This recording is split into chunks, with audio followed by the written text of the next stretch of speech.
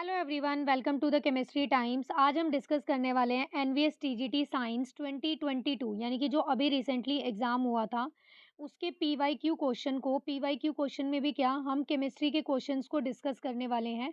कुछ क्वेश्चंस को हम ऑलरेडी एक पार्ट में डिस्कस कर चुके हैं और जो बचे हुए क्वेश्चंस हैं उन्हें हम आज इस क्लास में डिस्कस करेंगे। तो चलिए स्टार्ट करते हैं क्लास को। तो देखो फर्स्ट क्वेश्चन क्या है यहाँ पर, which of the following reaction produces ethene. यहाँ पर देखो आपको चार रिएक्शंस दिए हैं और रिएक्शन में क्या दिया है आपको, रिएक्टेंट दिया है और रिएजेंट या फिर जो भी कंडीशन होती है रिक्वायरमेंट उस वो दिया है आपको। और क्या आइडेंटिफाई करना है कि इन चारों रिएक्शन में से किसमें जो प्रोडक्ट है वो क्या बनेगा भाई, इथीन बनेगा। तो हम चारों ऑप्शंस को वन बाय वन क्या करते हैं भाई, डिस्कस करते हैं। तो देखो फर्स्ट जो ऑप्शन आपको दिया है वो क्या है भाई, इथेनॉल है यहाँ पर ये। ठीक है, इथेनॉल कैसे होगा, देखो टू कार्बन है, वन टू, और ऑल किसके लिए आता है भाई, अल्कोहल ग्रुप के लिए आता है। ये जो OH होता है कौन सा फंक्शनल ग्रुप है, अल्कोहल फंक्शनल ग्रुप होता है। तो ये क्या बन जाएगा यहाँ पर, इथेनॉल। इसकी रिएक्शन जब हमने मेटल के साथ किया तो देखो क्या होता है, अल्कोहल की रिएक्शन जब हम मेटल के साथ करते हैं तो क्या होता है, यहाँ पर इसके जैसे 2 मोल होंगे। तो यहाँ से क्या हो जाएगा, H2, यानी कि 2 मोल होने पे एक हाइड्रोजन यहाँ से और एक और जो दूसरा मॉलिक्यूल रहेगा वहाँ से हाइड्रोजन जाएगा H2, और यहाँ पर बच क्या जाएगा, देखो CH3, CH2, और ये ऑक्सीजन एज इट इज़ है और यहाँ पर ये क्या है, सोडियम आ जाएगा। तो यहाँ पर ये क्या बन जाएगा, सोडियम इथोक्साइड बन जाएगा। क्या बन गया भाई प्रोडक्ट, सोडियम इथोक्साइड। तो इसमें तो प्रोडक्ट बन नहीं रहा इथीन, तो फर्स्ट ऑप्शन तो होगा नहीं। सेकंड देखो यहाँ पर क्या दिया है आपको, इथेनॉल दिया है और इसकी रिएक्शन आप किसके साथ कर रहे हो, हॉट कंसंट्रेटेड H2SO4 के साथ कर रहे हो, एसिड की प्रेजेंस में रिएक्शन करते हैं। तो ये हमने पढ़ा था कि जब भी हम क्या करते हैं, अल्कोहल की रिएक्शन एसिड के साथ कराएँगे, कंसंट्रेटेड H2SO4 के साथ कराते हैं, कंसंट्रेटेड एसिड के साथ कराते हैं, तो यहाँ पर जो प्रोडक्ट बनता है वो क्या बनता है भई, अल्कीन बनता है। तो यहाँ पर क्या हो जाएगा, देखो यहाँ पर क्या होगा भई, डिहाइड्रेशन होगा। डिहाइड्रेशन का मतलब क्या है, रिमूवल ऑफ वाटर। तो यहाँ से OH और इस वाले पोजीशन से क्या है भई, हाइड्रोजन जाएगा। बेसिकली यहाँ पर क्या होगा, बीटा एलिमिनेशन होगा। तो यहाँ पर जो प्रोडक्ट बन जाएगा वो क्या बन जाएगा, CH2 डबल बॉन्ड CH2। इसके मैकेनिज्म को हमने ऑलरेडी वीडियोस में डिस्कस किया हुआ है, तो यहाँ पर मैं डायरेक्ट आपको प्रोडक्ट बता रही हूँ। तो यहाँ पर प्रोडक्ट क्या बन जाएगा भाई, इथीन बन जाएगा। तो यानी कि इस क्वेश्चन का राइट आंसर क्या आ जाएगा भाई, ऑप्शन नंबर 2।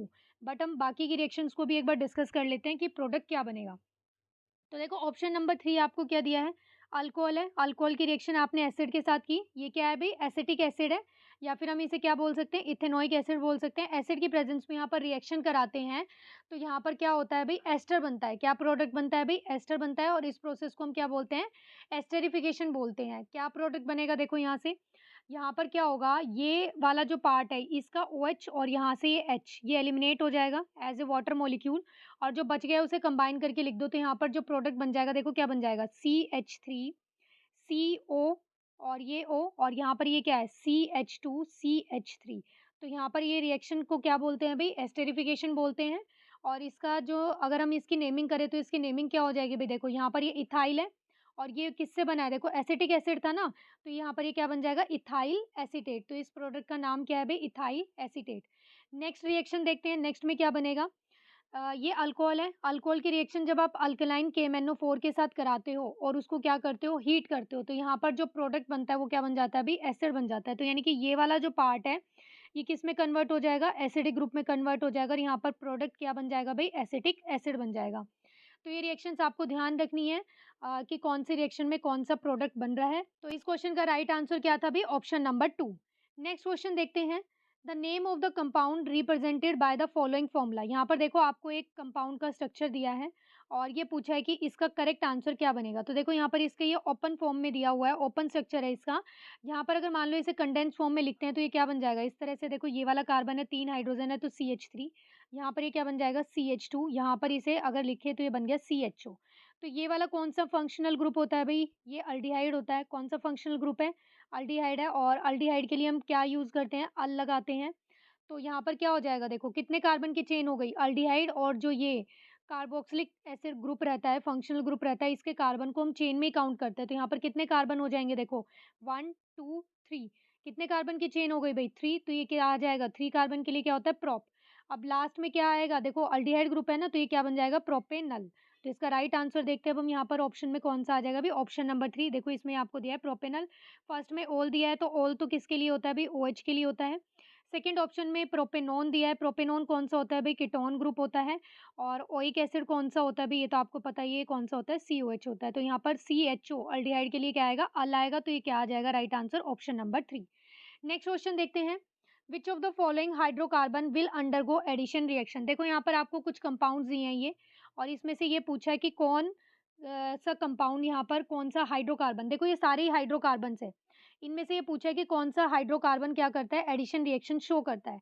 तो देखो एडिशन रिएक्शन वही कंपाउंड शो करते हैं जिनके पास क्या होते हैं? मल्टीपल बॉन्ड होते हैं। अब मल्टीपल बॉन्ड वाले कंपाउंड्स कौन से हो सकते हैं? अनसैचुरेटेड। कौन से भई? अनसैचुरेटेड, यानी कि या तो डबल बॉन्ड हो उनके पास या फिर ट्रिपल बॉन्ड हो, और उनका वो क्या कर सकते हैं अभी? एडिशन रिएक्शन शो कर सकते हैं, और एडिशन रिएक्शन शो करने के बाद वो कैसे कंपाउंड में कन्वर्ट हो जाएँगे? सैचुरेटेड में। सैचुरेटेड का मतलब क्या है कि उनके डबल बॉन्ड और ट्रिपल बॉन्ड जो भी है, मल्टीपल बॉन्ड्स क्या होते हैं? सिंगल बॉन्ड में कन्वर्ट हो जाते हैं। तो देखो यहाँ पर अब आपको क्या आइडेंटिफ़ाई करना है इस क्वेश्चन के अंदर? इस क्वेश्चन को करने के लिए आपको ना अल्केन, अल्कीन और अल्काइन का जनरल फ़ॉर्मूला पता होना चाहिए, जिससे आप इज़िली फिर यहाँ पर फ़ॉर्मूले के अकॉर्डिंग देख सकते हो कि कौन-सा फिट हो रहा है। तो देखो इसमें अगर आप ये CH4 देखते हो, तो ये तो क्या है? मीथेन है, तो ये तो आएगा ही नहीं। तो जिस भी ऑप्शन में मीथेन है, मीथेन तो क्या बन गया ये हाइड्रोकार्बन तो है, बट ये कैसा कंपाउंड बनेगा? अल्केन बनेगा। और अल्केन तो देते नहीं है रिएक्शन। अभी मैंने बताया डबल और ट्रिपल बॉन्ड वाले देंगे, तो यानी कि यहाँ पर रिएक्शन कौन देगा? अल्कीन्स रिएक्शन दे सकते हैं एडिशन, और साथ में कौन दे सकता है? अल्काइन दे सकता है। तो यहाँ पर जब आपने ऑप्शन देखा तो ये तो CH4 क्या है? अल्केन है, तो ये तो देगा नहीं। तो यानी कि जिस भी ऑप्शन में आपको CH4 दिख रहा है, वो तो वैसे ही कट हो जाएगा। तो यानी कि देखो ऑप्शन नंबर 2 चला गया और ऑप्शन नंबर 4 चला गया। तो यानी कि आपको फर्स्ट और थर्ड में से ही चूज़ करना है कि अब कौन-सा बचेगा आंसर, यानी कि कौन से ये रिएक्शंस को शो करेगा। तो देखो अल्केन का जो जनरल फ़ॉर्मूला होता है वो क्या होता है? अल्केन के लिए जो जनरल फ़ॉर्मूला बनेगा वो होता है आपके पास CnH2n+2। ओके, अब यहाँ पर ये N क्या है? नंबर ऑफ एटम्स है। तो अब देखो जैसे मीथेन था, मीथेन के लिए मैं आपको करके दिखाती हूँ। यहाँ पर कितने कार्बन थे? 1। तो यानी कि जब आप 1 पुट करोगे तो यहाँ पर ये क्या बन जाएगा? देखो Cn यानी कि C1, यहाँ पर क्या हो जाएगा? H, यहाँ पर क्या हो जाएगा? 2n, N के प्लेस पे 1 पुट किया तो क्या आ जाएगा? 2 + 2 = 4। तो यानी कि ये क्या बन रहा है? CH4। तो यानी कि अल्केन है ये। तो अल्केन तो एडिशन रिएक्शन शो नहीं करते हैं, तो यानी कि ये इसलिए हमने क्या कर दिया यहाँ पर? कट कर दिया। अब अल्कीन का जनरल फ़ॉर्मूला क्या होता है? अल्कीन में क्या होता है भई? ये जो +2 है ना, ये नहीं रहता, ये क्या होता है? CnH2n। तो अब इस फ़ॉर्मूले के अकॉर्डिंग देख लो क्या आ जाएगा। अब देखो 1 कार्बन वाला तो एक ही कंपाउंड था, ये तो कट हो गया यहाँ से।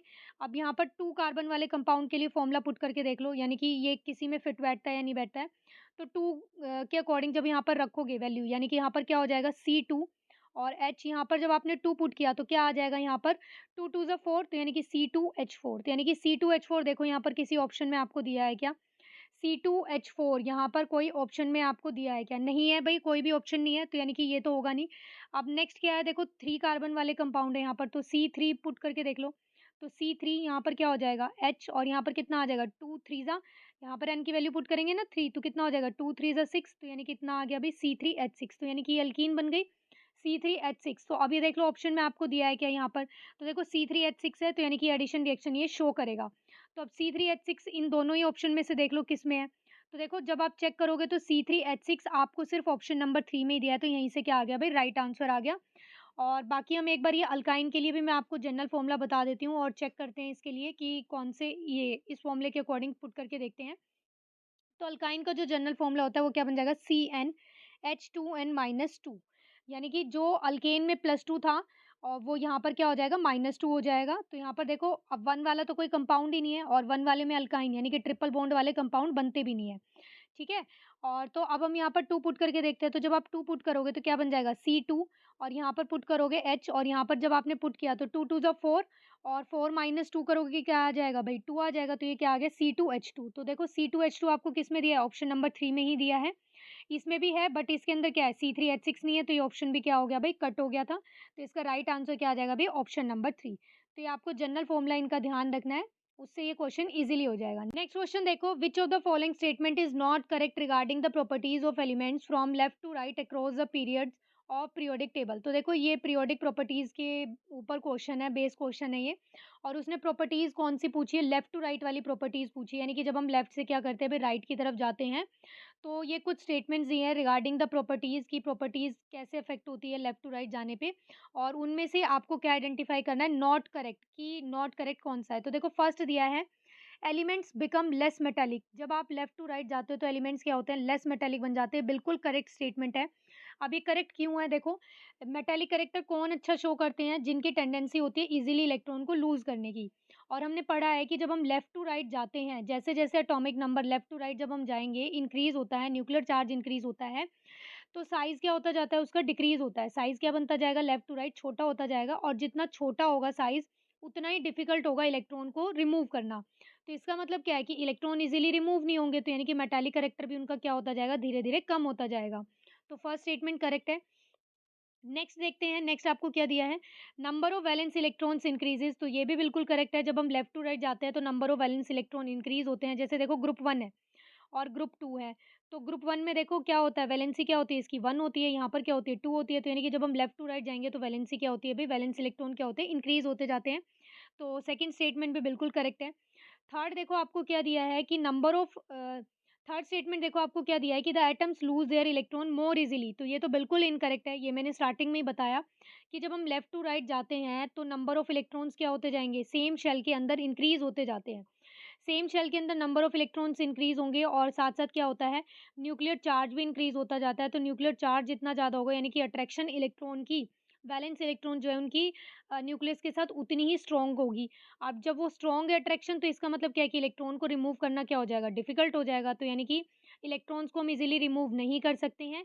यही क्या है इस क्वेश्चन का राइट आंसर बनेगा, यानी कि आपको ये बताना था ना नॉट करेक्ट, यानी कि यहाँ पर ये आपको गलत स्टेटमेंट दी है। ईज़िली लूज़ नहीं होते हैं यहाँ पर इलेक्ट्रॉन।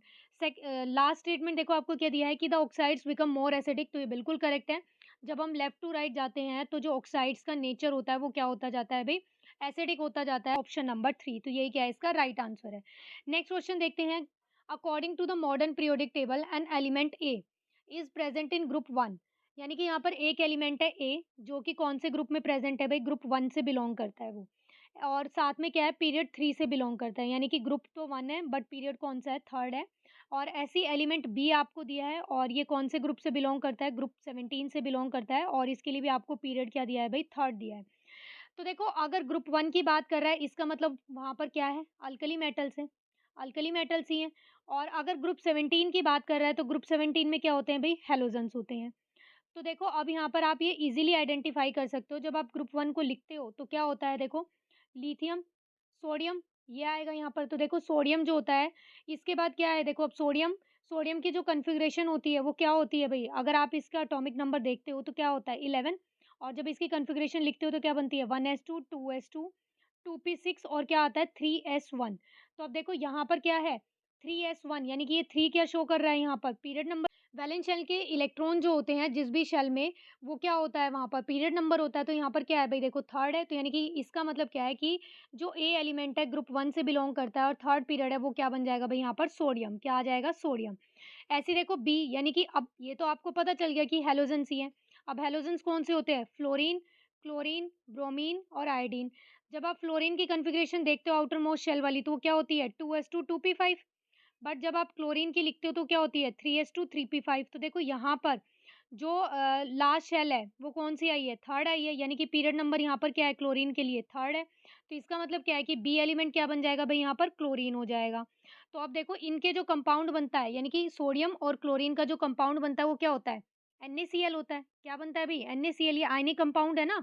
सोडियम क्या करता है, कंप्लीटली इलेक्ट्रॉन को लूज कर देता है, और क्लोरीन क्या करता है, इलेक्ट्रॉन को गेन कर लेता है। तो NaCl, तो अब देखो ये कौन से टाइप का कंपाउंड बन रहा है, A2B, यानी कि ए एलिमेंट जो है वो 2 है। ऐसा तो है ही नहीं, तो यहाँ पर देखो एक ही ऑप्शन आपको दिया है, ऑप्शन नंबर 2, जिसमें आपको बताया कि ए भी 1 है और बी भी 1 है। तो इसका करेक्ट आंसर क्या आ जाएगा भाई, ऑप्शन नंबर 2। नेक्स्ट क्वेश्चन देखते हैं, read the following statement carefully and select the correct option. ये भी पीरियोडिक प्रॉपर्टीज के ऊपर ही क्वेश्चन है। आपको यहाँ पर असर्शन और रीजन दिया है उसका। तो यानी कि देखो असर्शन आपको क्या दिया है कि atomic radius decreases on moving from left to right along a period. उसने बोला है कि जो रेडियस होती है, रेडियस का मतलब क्या है, साइज की बात कर रहा है वो, कि जब हम लेफ्ट टू राइट जाते हैं तो साइज क्या होता है भाई, डिक्रीज होता है। तो ये तो बिल्कुल करेक्ट है। अभी मैंने बताया था कि लेफ्ट टू राइट जब हम जाते हैं तो क्या होता है, न्यूक्लियर चार्ज इंक्रीज होता जाता है और जो नंबर ऑफ इलेक्ट्रॉन्स होते हैं वो सेम शेल के अंदर एंटर होते हैं। और न्यूक्लियर चार्ज इंक्रीज होगा तो यानी कि वो क्या करता है, आउटर मोस्ट शेल के जो इलेक्ट्रॉन्स होते हैं उनको अपनी तरफ अट्रैक्ट करता है, और जिसकी वजह से क्या है साइज भाई छोटा हो जाता है। तो लेफ्ट टू राइट साइज क्या हो रहा है, डिक्रीज हो रहा है। तो असर्शन तो करेक्ट है। रीज़न देखो इसके लिए क्या दिया है कि increase in nuclear charge tends to pull the electron closer, तो ये भी बिल्कुल करेक्ट है। अभी मैंने बताया कि न्यूक्लियर चार्ज क्या होता है, इंक्रीज़ होता जाता है, जो क्या करता है आउटर मोस्ट इलेक्ट्रॉन को अपनी तरफ अट्रैक्ट करता है, जिसकी वज़ह से साइज़ छोटा होता है। तो यानी कि असर्शन भी करेक्ट है और रीज़न भी करेक्ट है, और असर्शन के लिए जो रीज़न दिया है वो करेक्ट इसकी एक्सप्लेनेशन भी है। तो यानी कि यहाँ पर इसका जो करेक्ट आंसर आ जाएगा वो क्या आ जाएगा अभी? ऑप्शन नंबर फर्स्ट, यानी कि दोनों स्टेटमेंट ट्रू है और रीज़न भी क्या है इसका करेक्ट एक्सप्लेनेशन है। नेक्स्ट क्वेश्चन देखते हैं। Identify A in the following reaction. देखो यहाँ पर आपको ए आइडेंटिफाई करना है, क्या बनेगा? यहाँ पर अल्कोहल के साथ आपने रिएक्शन करनी है एसिड की प्रेजेंस में, और यहाँ पर देखो ये क्या बन गया है, एस्टर बन गया है। अभी आपको ध्यान हो तो हमने फर्स्ट क्वेश्चन में ही ये वाली रिएक्शन को डिस्कस किया था कि क्या होता है एस्टरिफिकेशन जो प्रोसेस थी उसमें क्या हो रहा था, अल्कोहल रिएक्शन करता है किसके साथ, एसिड के साथ, और एसिड के साथ रिएक्शन करके वो क्या करता है, in presence of acid he reaction करता है और क्या करता है भाई, एस्टर बना लेता है। यहाँ पर ये क्या बन रहा है, देखो इथाइल एसीटेट बन रहा है। तो यहाँ पर देखो ऑप्शन में आपको एसिड जिस भी ऑप्शन में दिया है वही इसका करेक्ट आंसर आ जाएगा। तो देखो फर्स्ट तो आपको एल्डिहाइड दिया है, सीएचओ ग्रुप कौन सा होता है, एल्डिहाइड, तो ये तो गलत हो जाएगा, कट हो गया। फोर्थ आपको दिया है, देखो यहाँ पर ये कीटोन ग्रुप है तो ये भी इनकरेक्ट है। अब बचा क्या, सेकंड और थर्ड बचा है। तो यहाँ पर देखो दोनों ही ये वैसे रिएक्शन शो कर सकते हैं, दोनों ही एस्टर बना सकते हैं, बट आपको यहाँ पर ये देखना है इस वाले में एसिड में, तो यहाँ पर क्या दिया है आपको, C2H5 दिया है, और यहाँ पर देखो अल्कोहल भी C2H5 है। तो इसका मतलब क्या है कि इस साइड भी यहाँ पर CH3 के प्लेस पे क्या आता, अगर ये वाला एसिड रिएक्शन करता तो C2H5 आता, यानी कि एस्टर इस तरह से बनाता ये C2H5 COO और C2H5। बट यहाँ पर C2H5 के प्लेस पे क्या है, देखो CH3 ग्रुप लगा है, मिथाइल ग्रुप लगा है, तो इसका मतलब यहाँ पर कौन सा एसिड इसका करेक्ट आंसर है भाई, option number 2, acetic acid. Next question देखते हैं। Silver articles become black after some time when exposed to air, this is due to the formation of. ये वाला क्वेश्चन हमने बहुत बार डिस्कस किया है, 9 10th का जो मैंने मेटल और नॉन मेटल यानी कि एसिड और बेस के लिए जो हमने थोड़ा सा क्वेश्चन प्रैक्टिस किया था, उसमें भी इस क्वेश्चन को हमने डिस्कस किया हुआ है। क्या होता है देखो, जो एयर के अंदर हाइड्रोजन सल्फाइड गैस होती है वो इस सिल्वर मेटल के साथ क्या करती है भाई, रिएक्शन कर लेती है, और रिएक्शन करके क्या बना लेता है यहाँ से Ag2S सिल्वर सल्फाइड बना लेता है। तो यहाँ पर देखते हैं इसका करेक्ट आंसर क्या हो जाएगा भाई, ऑप्शन नंबर 3 सिल्वर सल्फाइड। और ये आपको ध्यान रखना है कि सिल्वर सल्फाइड का फॉर्मूला क्या होता है, Ag2S होता है। नेक्स्ट क्वेश्चन देखते हैं। यहाँ पर देखो आपको क्या दिया है, ये फिल करना है आपको। ए और हमें नहीं पता कौन सा और है, are converted into oxide by heating strongly in the of air. यहाँ पर आपको ये दे रखा है बी में आपको आइडेंटिफाई करना है क्या आएगा, this process is known as, यहाँ पर फिर आपको सी बताना है कि क्या आएगा। तो इसमें बेसिकली आपको ये फिलअप्स के अंदर A B C ये आइडेंटिफाई करने हैं कि क्या आएंगे। तो देखो हम क्या करते हैं, ये जो क्वेश्चन है ये मेटलर्जी वाले चैप्टर से क्वेश्चन है, ठीक है। थोड़ा-सा इसका जो पार्ट है ये आपको 10th क्लास में भी दिया हुआ है। बाकी आपको ये अगर अच्छे से डिटेल में करना है तो फिर आपको 12th की केमिस्ट्री का चैप्टर पढ़ना पड़ता है, तभी वहाँ से अच्छे से कवर होगा चैप्टर या फिर ये टॉपिक। तो देखो क्या होता है, किसी भी मेटल को प्योरीफाई करने के लिए यानी कि ओर से उसको क्या करना है, प्योरीफाई करने के लिए जो हम प्रोसेस को यूज़ करते हैं वो क्या होती है, मेटलर्जी होती है। क्या होती है, मेटलर्जी होती है। और बेसिकली मेटलर्जी जो ये प्रोसेस होता है इसमें 4 स्टेप्स होते हैं। फर्स्ट होता है क्रशिंग, यानी कि जो भी ओर होता है उसको हम क्या करते हैं, पाउडर फॉर्म में लेके आते हैं। सेकंड स्टेप में क्या होता है, कंसंट्रेशन, या फिर उसको हम क्या बोलते हैं, बेनिफिकेशन भी बोलते हैं। थर्ड स्टेप में क्या होता है, एक्सट्रैक्शन, यानी कि जो भी हमें यहाँ से क्या मिला है, जो भी मेटल मिलती है वो क्रूड फॉर्म में मिलती है। तो जो भी क्रूड मेटल मिला है उसको हम क्या करते हैं, एक्सट्रैक्शन करते हैं। फिर इसके बाद क्या होता है, लास्ट स्टेप में फोर्थ स्टेप जो होता है वो क्या होता है, प्यूरिफिकेशन। फिर क्या करते हैं भई, यहाँ पर जो हमें क्रूड मेटल मिलता है उसको हम क्या करते हैं, प्यूरीफाई में लेके आते हैं, और फाइनली हमें क्या होती है भई, मेटल प्यूरिफिकेशन करने के बाद मिल जाती है। तो देखो यहाँ पर जो एक क्वेश्चन है ना, एयर के साथ वाला ये जो क्वेश्चन है, ये आपको जो दिया है ये थर्ड स्टेप से क्वेश्चन है। यानी कि जब आप क्या करते हो, जो भी कंसंट्रेटेड ओर होता है, यानी कि सेकंड स्टेप करने के बाद जो आपको ओर मिलता है उसको क्या करते हो, उसको ऑक्साइड में कन्वर्ट करते हैं। क्या करते हैं, ऑक्साइड में कन्वर्ट करते हैं, और ऑक्साइड में कन्वर्ट करने के लिए अपने पास 2 मेथड्स होते हैं।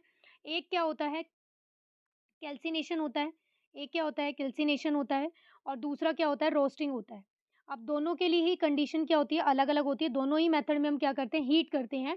बट जो कैल्सिनेशन होता है इसमें क्या होता है, अब्सेंस ऑफ एयर में हम हीट करते हैं, या फिर कंट्रोल यानी कि लिमिटेड अमाउंट में हम एयर को सप्लाई करेंगे, ऑक्सीजन को देते हैं।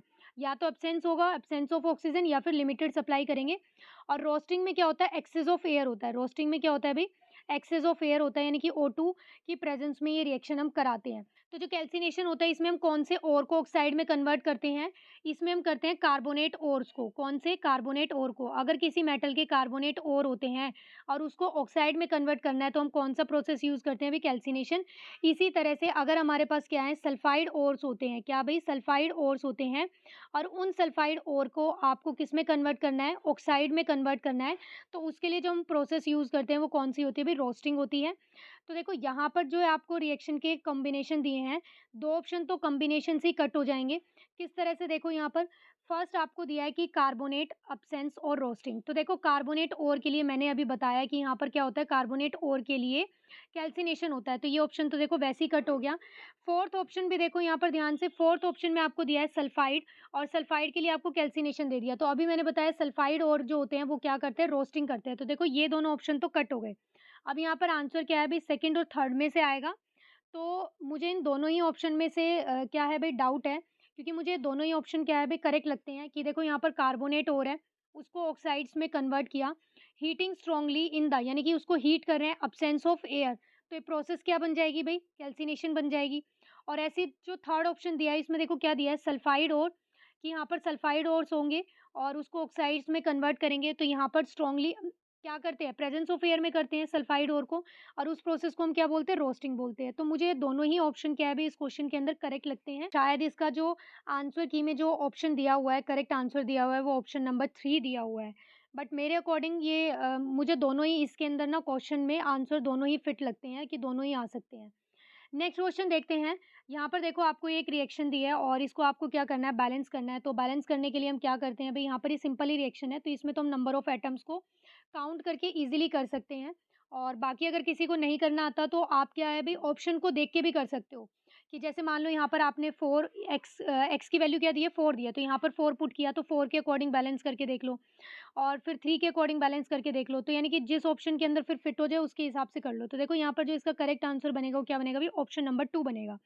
कैसे देखो, यहाँ पर अगर आप क्या करते हो, यहाँ पर कितने ऑक्सीजन है देखो आपको दिख रहे हैं यहाँ पर ये कितने हैं 3 हैं और यहाँ पर ऑक्सीजन कितने दिख रहे हैं 2 है। तो अब क्या करो इन 2 और 3 को मल्टीप्लाई कर दो तो कितना आ जाएगा 6 आ जाएगा। तो यहाँ पर 6 करने के लिए यानी कि x की वैल्यू क्या हो जाएगी 3 हो जाएगी क्योंकि 3 टू ज़ा क्या हो जाएगा 6 हो जाएगा। अब यहाँ पर 3 टू ज़ा 6 हो गया तो यानी कि यहाँ पर तो है ये जो ऑक्सीजन है ये कितनी है 3 है। बट अब इसे 6 बनाने के लिए यहाँ पर z के प्लेस पे क्या करना पड़ेगा भई 2 लिखना पड़ेगा। तो 2 3 ज़ा कितना हो गया 6 हो गया। बट अब देखो यहाँ पर जब आपने इसको 3 से मल्टीप्लाई किया तो 3 से मल्टीप्लाई करने पर मैंगनीज़ भी कितने हो गए 3 हो गए। तो यहाँ पर x के प्लेस पे भी क्या आ जाएगा 3 आ जाएगा। अब यहाँ पर बच गया क्या अभी एल्युमिनियम बच गया तो यहाँ पर क्या हो जाएगा देखो 2 2 ज़ा 4 यहाँ पर 2 से मल्टीप्लाई किया था ना आपने तो 2 और ये L2 भी 2 है। तो ये क्या आ जाएगा 2 2 ज़ा 4 तो यानी कि एल्युमिनियम के यहाँ पर क्या आ जाएगा भई 4 आ जाएगा। तो इसका करेक्ट आंसर क्या हो जाएगा भई 3 4 2। नेक्स्ट क्वेश्चन देखते हैं आइसोटोप्स डिफर इन देयर यानी कि आइसोटोप किसमें डिफर करते हैं आपको ये बताना है। तो देखो आइसोटोप्स बेसिकली क्या होते हैं, ऐसे कंपाउंड जिनका सेम एटॉमिक नंबर होता है बट डिफरेंट मास नंबर, जिनका मास नंबर क्या होता है भई डिफरेंट होता है। तो अब देखो जैसे फॉर एग्जांपल जो हाइड्रोजन है, हाइड्रोजन के कितने आइसोटोप्स होते हैं 3 होते हैं। जैसे देखो क्या होता है 1H1 इस तरह से और दूसरा क्या होता है ये 1H2 और एक और क्या होता है इसका ये 3H1। तो ये क्या होता है प्रोटियम होता है, ये क्या होता है ड्यूटेरियम होता है और ये क्या होता है ट्रीटियम होता है। तो देखो इनका एटॉमिक नंबर सबका सेम है 1 1 बट इनका मास नंबर क्या है भाई डिफरेंट है। अब मास नंबर डिफरेंट है तो यानी कि न्यूट्रॉन्स भी क्या हो जाएंगे डिफरेंट हो जाएंगे, बट यहाँ पर जो नंबर ऑफ प्रोटॉन्स होते हैं वो सेम रहते हैं, आपको ध्यान रखना है। नंबर ऑफ प्रोटॉन्स क्या होते हैं भई सेम बनेंगे, एटॉमिक नंबर भी सेम होता है, जो इनका केमिकल प्रॉपर्टी शो करेंगे वो भी क्या होगा इनका सेम होगा। और ये भी तो यानी कि जो यहाँ पर नंबर ऑफ न्यूट्रॉन्स है वही क्या होते हैं भई डिफर होते हैं, क्योंकि नंबर ऑफ न्यूट्रॉन्स हम कैसे कैलकुलेट करते हैं, मास नंबर में से हम प्रोटॉन को सब्ट्रैक्ट करते हैं। तो अब देखो इनका जब मास नंबर ही डिफरेंट है तो इसका मतलब क्या है कि न्यूट्रॉन की जो वैल्यू है, न्यूट्रॉन के नंबर्स हैं वो भी क्या आएँगे डिफरेंट आएँगे। तो इसका करेक्ट आंसर क्या आ जाएगा भई ऑप्शन नंबर 3। नेक्स्ट क्वेश्चन देखते हैं which of the following does not sublime. यहाँ पर देखो आपको ये 4 ऑप्शन दिए और इसमें से ये पूछा है कि कौन-सा कंपाउंड सब्लिमेशन प्रोसेस को शो नहीं करता है। तो देखो सब्लिमेशन होता क्या है, डायरेक्ट सॉलिड से गैसियस स्टेट में कन्वर्ट हो जाना without going into the liquid state, यानी कि डायरेक्ट सॉलिड से क्या बनना भाई गैस का बनना, यानी कि लिक्विड स्टेट में कन्वर्ट ना हो, डायरेक्ट सॉलिड से गैस बन जाए, ऐसी प्रोसेस को हम क्या बोलते हैं सब्लिमेशन बोलते हैं।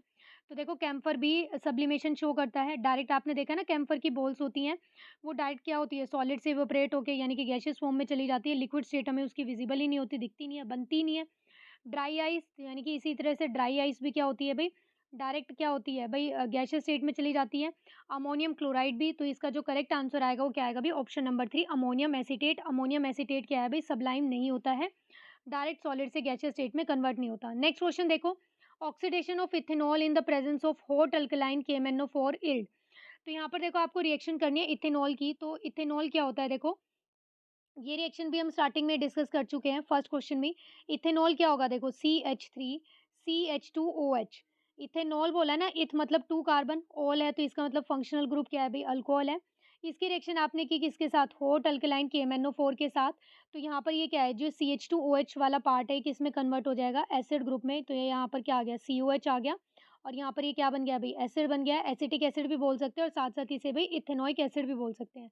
तो देखो ये कौन से ऑप्शन में दिया है, ऑप्शन नंबर 2 में। तो देखो फर्स्ट जो क्वेश्चन हमने डिस्कस किया था और उसके ऑप्शंस को डिस्कस किया था, उसके हर ऑप्शन से इसी क्वेश्चन पेपर के अंदर क्वेश्चन आए हुए हैं। एक तो देखो फर्स्ट वाले में हमने अल्कीन को डिस्कस किया था, वो उसका आंसर था। सेकंड फिर जो हमने एस्टेरिफिकेशन रिएक्शन को डिस्कस किया था, उसमें ऑप्शन को वो एस्टेरिफिकेशन देखो आगे क्वेश्चन में अभी हमने डिस्कस की। और फिर इसके बाद देखो अल्कोहल से कैसे एसिड बनता है, ये भी हमने फर्स्ट क्वेश्चन में ही डिस्कस किया था। तो देखो ये एक ही क्वेश्चन से यानी कि एक ही ऑप्शन से कितने क्वेश्चन एक ही पेपर में सेम ही पेपर के अंदर कवर हो रहे हैं। नेक्स्ट क्वेश्चन देखो, which of the following statement is are true for alloys. यहाँ पर देखो ये कुछ स्टेटमेंट्स दिए हैं रिगार्डिंग द एलॉय, और ये पूछा है कि कौन सा स्टेटमेंट करेक्ट है, कौन सा सेट, यहाँ पर देखो ये ऑप्शन दिए हैं कौन सा सेट यहाँ पर करेक्ट बनेगा। तो देखो सबसे पहले तो हमें ये पता होना चाहिए कि एलॉय होते क्या है। तो देखो एलॉय क्या होते हैं, alloy is a homogeneous mixture. ये क्या होता है भई होमोजेनियस मिक्सचर होता है। होमोजेनियस का मतलब क्या है, यानी कि अच्छे से मिक्सिंग हो जाती है, हमें पता नहीं चलता कि कौन-कौन से कंपाउंड है। तो ये होमोजेनियस मिक्सचर होता है। ये मेटल मेटल का भी हो सकता है और ये मेटल नॉन मेटल का भी होमोजेनियस मिक्सचर हो सकता है। तो देखो फर्स्ट आपको दिया है कि it is homogeneous mixture of metal और मेटल और नॉन मेटल, तो ये बिल्कुल करेक्ट है। नेक्स्ट ऑप्शन आपको दिया है देखो, these are better conductor of electricity than pure metal, ये इनकरेक्ट है। जो कंडक्टर्स होते हैं यानी कि जो प्योर मेटल्स होती है वो गुड कंडक्टर होती है एज़ कम्पेयर टू ये एलॉयज़ के, तो यानी कि ये वाला स्टेटमेंट इनकरेक्ट हो जाएगा। नेक्स्ट आपको दिया है these are always harder than pure metal, always नहीं जनरली हार्ड होती हैं ये, जब हम एलॉयज़ बनाते हैं ना ये मेटल से जनरली हार्ड होती है, बट ऐसा हमेशा नहीं होता, इन्होंने ऑलवेज़ लिख दिया, तो ये स्टेटमेंट भी इनकरेक्ट हो जाएगा। लास्ट देखो फिर आपको क्या दिया है, alloys are made by first melting the primary metal and then reacting it with other element. इसने बोला है कि ये रिएक्ट करते हैं, देखो रिएक्ट नहीं करते, ये तो ठीक है कि मेल्ट करते हैं और मेल्ट करके दोनों मेटल्स को या फिर नॉन मेटल जो भी होती है उनको मिक्स करते हैं, बट यहाँ पर कोई रिएक्शन नहीं होती है। ऐसा नहीं होता कि एक मेटल को आपने दूसरे के अंदर मिक्स कर रहे हो तो वो क्या कर रहा है, रिएक्शन कर रहा है, कोई केमिकल रिएक्शन नहीं होती है, तो यानी कि डी ऑप्शन भी क्या है भाई इनकरेक्ट हो जाएगा। तो यानी कि यहाँ पर जो इसका करेक्ट आंसर आएगा भी क्या आएगा, ऑप्शन नंबर 3, यानी कि फर्स्ट स्टेटमेंट ही आपको दिया है, करेक्ट दिया है कि ये मेटल मेटल का या फिर मेटल नॉन मेटल का क्या रहता है अभी मिक्सचर रहता है होमोजीनियस। नेक्स्ट क्वेश्चन देखते हैं, रेट ऑफ इवोपरेशन। तो देखो रेट ऑफ इवोपरेशन जो होता है ये क्या है भाई 4 फैक्टर्स पे डिपेंड करता है। एक बार हम इन फैक्टर्स को देखते हैं कि कौन-कौन से फैक्टर पे डिपेंड करता है, उसके बाद इस क्वेश्चन का आंसर देखते हैं। तो फर्स्ट देखो आपको दिया है कि it is surface area, first जो फैक्टर है जिस पे रेट ऑफ इवोपरेशन डिपेंड करता है वो क्या है भई सरफेस एरिया है। क्या होता है, surface area is increase the rate of evaporation increase, यानी कि जैसे ही सरफेस एरिया इंक्रीज़ करोगे तुम इवोपरेशन भी इंक्रीज़ होगा। जैसे यहाँ पर देखो आपको इसके एग्ज़ाम्पल भी दिए हैं, to dry the clothes we spread them to dry faster. आपने देखा है ना कि हम जब कपड़े सुखाते हैं तो उनको क्या करते हैं अच्छे से ओपन करके स्प्रेड करके उनको सुखाते हैं तो वो जल्दी सूख जाते हैं, ठीक है? और फिर तो यानी कि सरफेस एरिया जितना ज़्यादा होगा यानी कि इवोपरेशन उतना ही फास्ट होगा। नेक्स्ट आपको दिया है टेम्परेचर, यानी कि टेम्परेचर को इंक्रीज़ करेंगे तो रेट ऑफ इवोपरेशन भी क्या होगा इंक्रीज़ होगा। इसका रीज़न देखो यही बताया है कि जब हम इंक्रीज़ करते हैं टेम्परेचर तो पार्टिकल्स क्या होते हैं, पार्टिकल्स जो भी होते हैं वहाँ पर वो क्या करते हैं उनके पास ज़्यादा एनर्जी आ जाती है और वो ईज़िली क्या करते हैं वाटर को यानी कि इवोपरेट करा सकते हैं। तो यानी कि आपको बस ध्यान रखना है कि सरफेस एरिया इंक्रीज़ होगा तो रेट ऑफ इवोपरेशन भी इंक्रीज़ होगा, टेम्परेचर इंक्रीज़ कर रहे हैं तब भी रेट ऑफ इवोपरेशन इंक्रीज़ होगा। फिर देखो फोर्थ जो आपको दिया है विंड स्पीड, यानी कि with the increase in wind speed, यानी कि जितनी तेज हवा चलेगी रेट ऑफ इवेपोरेशन भी क्या होगा भाई ज्यादा होगा। जो तीनों फैक्टर अभी हमने देखे हैं ये क्या हो रहे थे भाई, रेट ऑफ इवेपोरेशन को इंक्रीज कर रहे थे इन तीनों ही फैक्टर को इंक्रीज करने से। तो देखो एक जो फैक्टर है, फोर्थ फैक्टर जो है वो क्या है भाई ह्यूमिडिटी।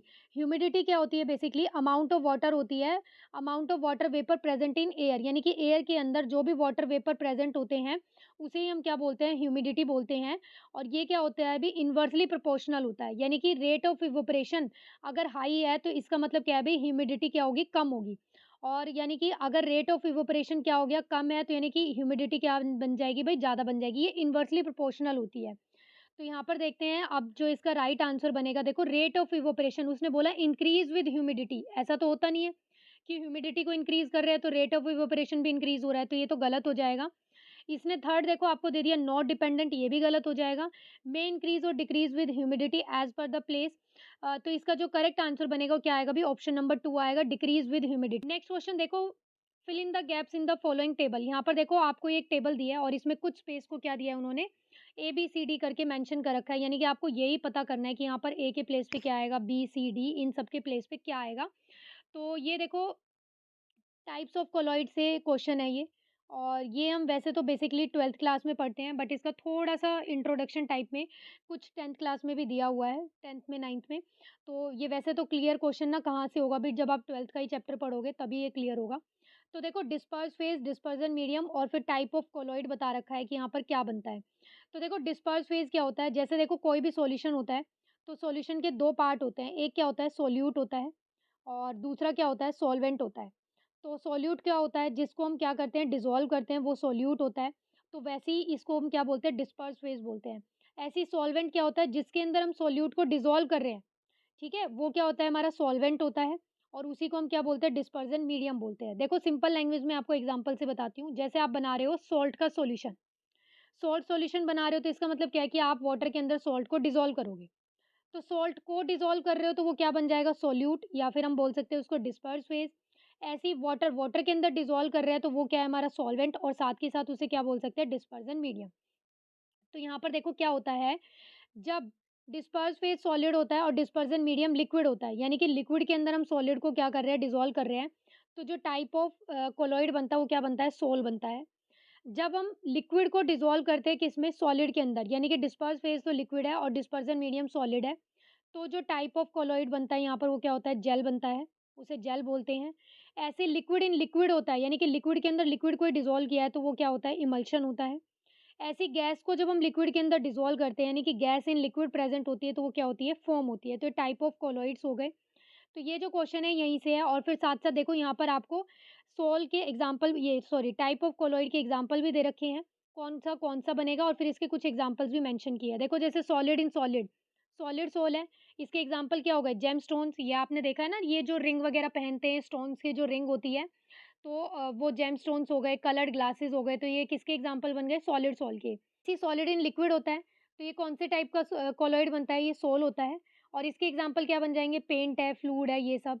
सॉलिड इन गैस होता है, इसे हम क्या बोलते हैं, एरोसोल बोलते हैं। स्मोक हो गया, डस्ट है, तो ये क्या होता है देखो, सॉलिड पार्टिकल्स ही होते हैं। जैसे डस्ट है, डस्ट क्या होती है, वो जो भी धुआँ-सा होता है, गैस जो भी होती है, उस गैस के अंदर क्या होता है, सॉलिड पार्टिकल्स होते हैं। तो सॉलिड इन गैस क्या हो गया, एरोसोल, और स्मोक और डस्ट इसके एग्ज़ाम्पल हो गए।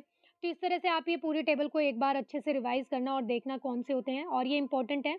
इस तरह के क्वेश्चन आते ही हैं एग्ज़ाम में, ठीक है? कि कौन-सा होता है, ये अच्छे से देखना आप कि किसके क्या एग्ज़ाम्पल है और वो कौन से टाइप का कोलॉइड बनता है। तो यहाँ पर जब आप ये टेबल को देखोगे और अच्छे से पूरा फिल करोगे, तो यहाँ पर आपको जो आंसर मिलेगा वो आ जाएगा ऑप्शन नंबर डी। मैं आपको इसका ये डायरेक्ट आंसर ही बता रही हूँ, ठीक है? ये आप इस टेबल को अच्छे से रिवाइज़ करना, ये मैं पीडीएफ जो है टेलीग्राम चैनल पे अपलोड कर दूँगी, तो वहाँ से आप ये क्वेश्चन की ये पीडीएफ भी ले लेना, और वहाँ से फिर आप ये टेबल को रिवाइज़ कर लेना, और इस क्वेश्चन का फिर आंसर देखना, आपको डी ही ऑप्शन मिलेगा, ठीक है? नेक्स्ट क्वेश्चन देखते हैं, element x has atomic number, x है, एक्स का एटॉमिक नंबर क्या दिया है आपको, 8 दिया है। और ऐसे ही एलिमेंट वाई है और इसका एटॉमिक नंबर आपको 15 दिया है। तो देखो 8 के लिए जब आप कॉन्फ़िगरेशन लिखते हो तो क्या बनेगी, देखो 1s2, 2s2, और यहाँ पर देखो कितने हो गए, 2 और 2 4, और यहाँ पर कितने बच जाएँगे, फिर 4 बच जाएँगे, यानी कि 2p4। आपको पता है कि यहाँ पर कितने आ सकते थे, 6 इलेक्ट्रॉन हो सकते थे, 2p4, यानी कि ये कितना हो सकता था, मैक्सिमम 2p6 बन सकता था। और इस पूरे यानी कि सेकंड शेल के अंदर कितने आ सकते थे यहाँ पर, ये टोटल 8 इलेक्ट्रॉन्स हो सकते थे, ठीक है? अब यहाँ पर वैसे है कितने, 6 हैं। अब यहाँ पर इसके लिए देखो 15 के लिए, तो 15 के लिए क्या बन जाएगा, 1s2, 2s2, 2p6, यहाँ तक कितने इलेक्ट्रॉन्स हो गए, 10। आगे देखो क्या होगा, 3s2, और यहाँ तक कितने हो गए, 12, और कितना आ गया यहाँ पर, 3p3। हमें पता है p के अंदर मैक्सिमम कितने इलेक्ट्रॉन हो सकते हैं भई, 6 हो सकते हैं। तो यानी कि यहाँ पर भी इसकी जो वैलेंसी है वो कितनी आ गई भई, 5 आ गई। तो देखो यहाँ पर जब आप देखोगे तो इसकी टेंडेंसी क्या है, 2 इलेक्ट्रॉन को लेने की है। तो यानी कि इसकी जो वैलेंसी आएगी वो क्या आएगी भई, 2 आएगी। तो अब देख लो कि x की वैलेंसी 2 आपको कौन से ऑप्शन में दिया है। तो देखो ना तो फर्स्ट में दिया है, ना सेकंड में दिया है। थर्ड और फोर्थ में से आंसर आएगा। बट अब यहाँ पर देखो y की वैलेंसी को आपको आइडेंटिफाई करना पड़ेगा। अब देखो y की वैलेंसी ये 2 शो कर सकता है, कैसे? देखो इसके आउटर मोस्ट शेल में ये 3s2 3p3 है ना, इसके आउटर मोस्ट शेल में टोटल कितने इलेक्ट्रॉन्स है? 5। तो इसकी टेंडेंसी ये है, या तो ये 3 इलेक्ट्रॉन गेन करके यानी कि कोवलेंट बॉन्ड बना सकता है शेयर करके, इन 5 इलेक्ट्रॉन को शेयर करे और यहाँ पर एक कोवलेंट बॉन्डिंग बना सकता है। या फिर ये क्या कर सकता है, यहाँ पर ये वाले जो 5 इलेक्ट्रॉन है, ठीक है? सॉरी, ये वाले जो p वाले इलेक्ट्रॉन है इनको क्या कर दे, लूज़ कर दे। तो यानी कि यहाँ पर देखो ये 3 को लूज़ करके भी बना सकता है और ये शेयरिंग करके भी बना सकता है। तो इस तरह से यहाँ पर जो है 2 वैलेंसी आ रही है इस 15 एटॉमिक नंबर के लिए, 3 भी पॉसिबल है और 5 भी। तो इसका जो करेक्ट आंसर आ जाएगा वो क्या आ जाएगा, अभी ऑप्शन नंबर 3। नेक्स्ट क्वेश्चन देखते हैं। इन आइसोबार्स, यहाँ पर देखो आइसोबार के रिगार्डिंग कुछ स्टेटमेंट्स दिए हैं और ये पूछा है कि कौन सा स्टेटमेंट करेक्ट है, वो आपको आइडेंटिफाई करना है। तो सबसे पहले हम यही देखते हैं कि आइसोबार्स होते क्या हैं। तो आइसोबार्स बेसिकली ऐसे एलिमेंट्स होते हैं जिनका एटॉमिक मास तो क्या रहता है भाई, सेम रहता है, same atomic mass but different atomic number. Atomic number क्या होगा इनका, डिफरेंट होगा। जैसे देखो फॉर एग्जांपल मैं आपको देती हूँ, आर्गन और कैल्शियम। आर्गन का जो एटॉमिक नंबर है वो क्या होता है भाई, 18 होता है और कैल्शियम का जो एटॉमिक नंबर होता है वो 20 होता है। बट आर्गन और कैल्शियम दोनों का ही जो मास नंबर होता है वो क्या होता है भाई, 40 होता है। तो इसका मतलब क्या है, ऐसे एलिमेंट्स जिनका क्या होता है, एटॉमिक नंबर तो जो है वो क्या होगा, डिफरेंट होगा। एटॉमिक नंबर क्या होगा भाई, डिफरेंट होगा और एटॉमिक मास जो है वो क्या होगा, सेम होगा। तो यहाँ पर देखो फर्स्ट आपको दिया है। अब ये भी बात आपको पता है कि जो भी एटॉमिक नंबर होता है किसी भी एलिमेंट का, उसमें उतने ही नंबर ऑफ इलेक्ट्रॉन्स और उतने ही नंबर ऑफ प्रोटॉन्स प्रेजेंट होते हैं।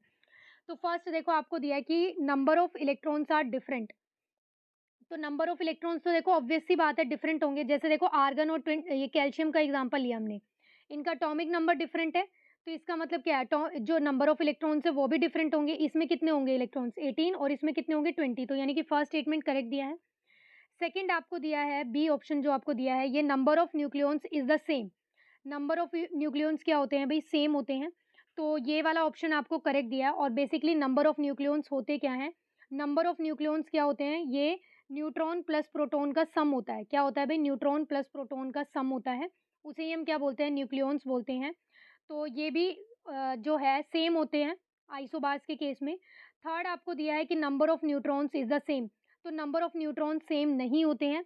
देखो जो भी आइसोबार एलिमेंट्स रहते हैं ना, उनमें इलेक्ट्रॉन, प्रोटॉन्स और न्यूट्रॉन तीनों ही क्या होंगे, डिफरेंट होंगे। जैसे देखो मैं आपको ये आर्गन वाले एग्जांपल से करके दिखाती हूँ अच्छे से, कोई कंफ्यूजन ना रह जाए, अच्छे से समझना। ये आर्गन है और ये कैल्शियम है। अब इसमें देखो इसका एटॉमिक नंबर कितना है, 18 है। एटॉमिक नंबर इसका क्या है भाई, 18 है और इसका एटॉमिक नंबर क्या है, 20 है। तो अब देखो अभी मैंने बताया जितना भी एटॉमिक नंबर होता है उसमें उतने ही नंबर ऑफ इलेक्ट्रॉन्स होते हैं। तो इसके इलेक्ट्रॉन कितने होंगे, 18 और इसके पास कितने इलेक्ट्रॉन्स होंगे, 20।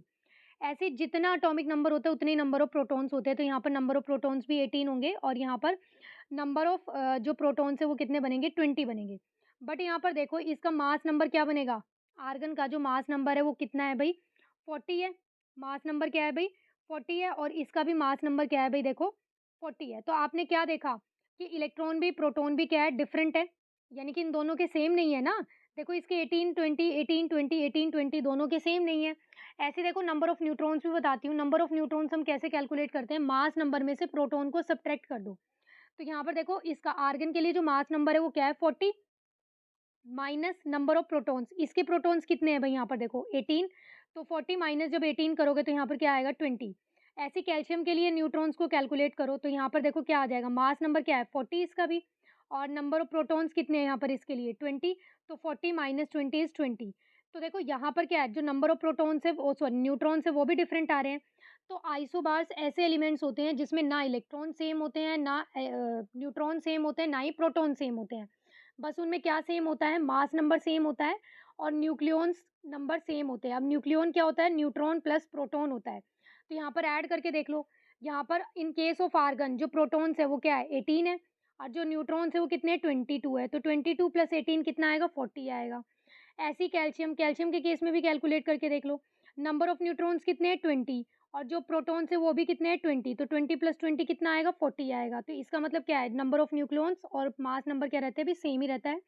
तो यहाँ पर अब हम ये देखते हैं कि कौन सा ऑप्शन इसका करेक्ट आंसर बनेगा। करेक्ट आंसर है वो क्या आ जाएगा भी, ऑप्शन नंबर फर्स्ट आ जाएगा क्योंकि इसी में आपको ए और बी दिया है। तो ये थे सारे क्वेश्चंस केमिस्ट्री के, जो भी एनवीएस टीजीटी साइंस के क्वेश्चन पेपर में एग्जाम में जो भी क्वेश्चंस आए हुए थे केमिस्ट्री के, वो सारे हमने डिस्कस कर लिए हैं।